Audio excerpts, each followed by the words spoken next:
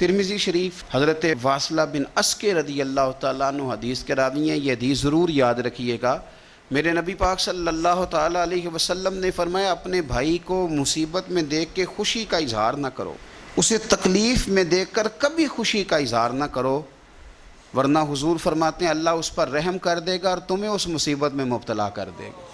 کبھی بھی دشمن مرے تو کدے خوشی نہ کریے، کیونکہ سجنا بھی تے مر جانا ہے.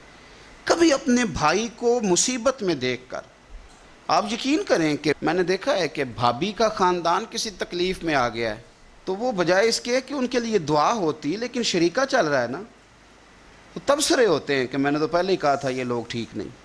یہ بامروت با اخلاق اور وفادار لوگوں کا یہ رویہ ہی نہیں ہوتا. وہ تو گہرا دشمن بھی ہو گہرا، اس کے بارے میں بھی دیکھیں نا، میرے نبی پاک صلی اللہ تعالیٰ علیہ وآلہ وسلم کافروں اور منافقوں پر نرم دل نہیں تھے. ان کے بارے میں بھی حضور دعائیں کرتے تھے کہ اللہ انہیں خیر کی توفیق عطا فرما. تو کبھی بھی کسی کے بارے میں اس طرح کا رویہ اختیار نہ کریں. اسی طرح کا ہمارا معاملہ عیب تلاش کرنے کا ہے.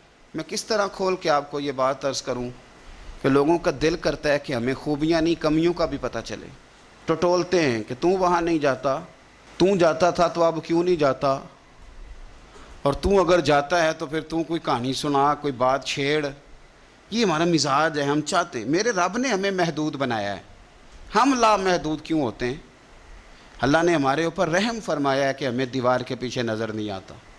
یہ اس نے کرم فرمایا. اگر ہمیں نظر آتا ہوتا تو کتنے پردے کھل جاتے، اور بہت ساری چیزیں جو پردوں میں رہنی چاہیے تھیں وہ پردوں میں نہ رہتی. یہ اس نے کرم فرمایا ہے کہ ہمیں دیوار کے پیچھے نہیں سنتا. اس کو کرم سمجھو، پردے نہ کھولو. اگر ہمیں یہ خبر ہوتی کہ سامنے کیا ہے تو بہت سارے ہمارے معاملات خراب ہو جاتے. اس کا شکر ہے، اس کا کرم ہے. یہی بہتر ہے کہ پردوں میں وہ پردہ پوش رہے، اور وہ اگر پردے اٹھا دے تو کسے ہوش رہے. مہربانی کریں، آپ جو اللہ تعالیٰ نے ہمیں محدود بنایا تو لامحدود ہونے کی کوشش کیوں کرتے ہو؟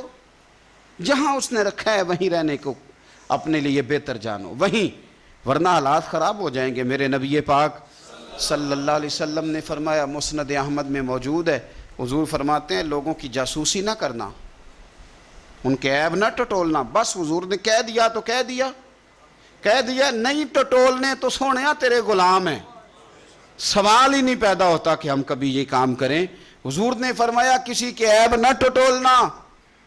اگر تم نے کسی کے عیب ٹٹول کے اسے رسوا کرنے کی کوشش کی تو فرمایا تم اگر 7 پردوں کے اندر بھی بیٹھے ہوئے وہاں بھی اللہ تمہیں رسوا کر دے گا. یہ نہ سمجھنا کہ میں چھپ گیا ہوں تو بچ جاؤں گا، اللہ تمہیں وہاں بھی رسوا.